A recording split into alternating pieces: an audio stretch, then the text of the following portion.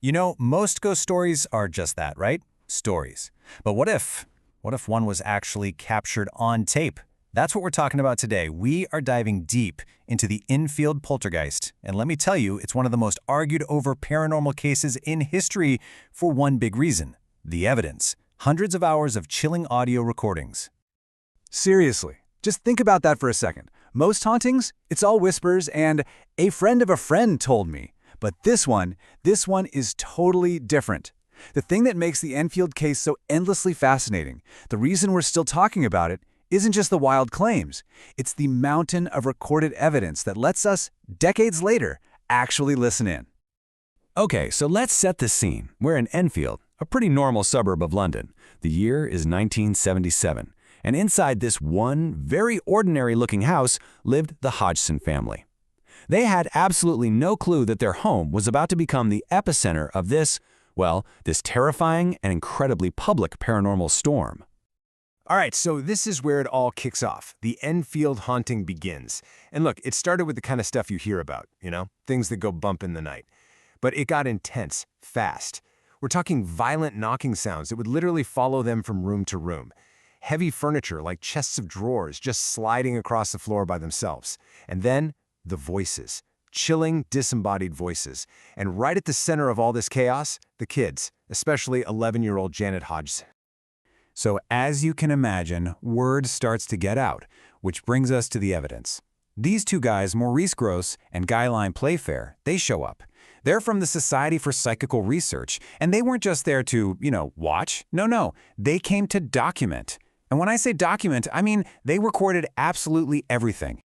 And get this, just look at that number, over 250 hours of audio. And that was just what one of the investigators, Maurice Grosse, collected on his own. This just shows you this wasn't some spooky thing that happened for a weekend.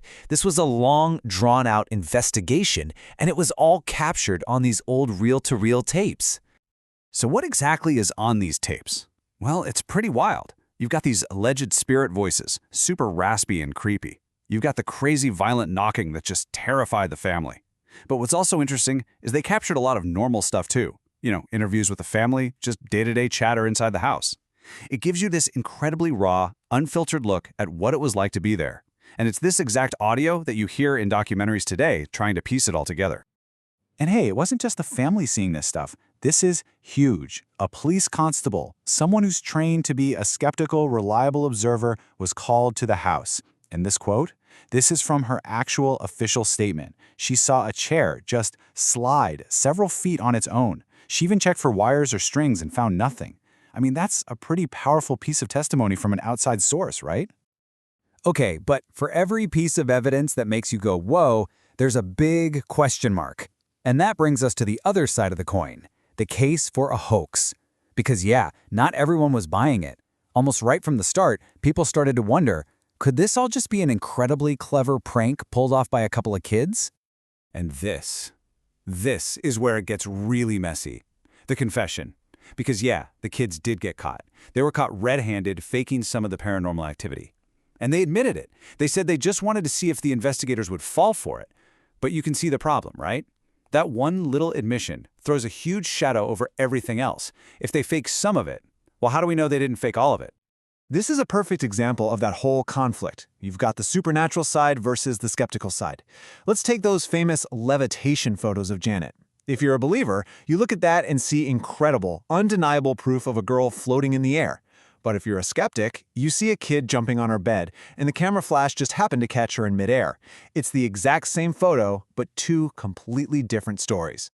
So the skeptic's case is actually pretty strong, The kids were caught faking stuff. There wasn't a lot of strict scientific testing going on, and you can find a pretty logical, natural explanation for a lot of the key evidence. But, and this is a big but, even the main investigators, the guys who knew the kids had faked things, they still said that some of the stuff they saw in that house, they just couldn't explain it. No way. And that right there, that's why this case is still so famous. It leaves us with this huge unanswered question. It's the enduring legacy of the whole thing. The reason we're still fascinated isn't because there's a neat and tidy answer at the end. In fact, it's the opposite. It's the messy, complicated, frustrating, and fascinating uncertainty that just never goes away. So what are we left with? What are the possible interpretations here?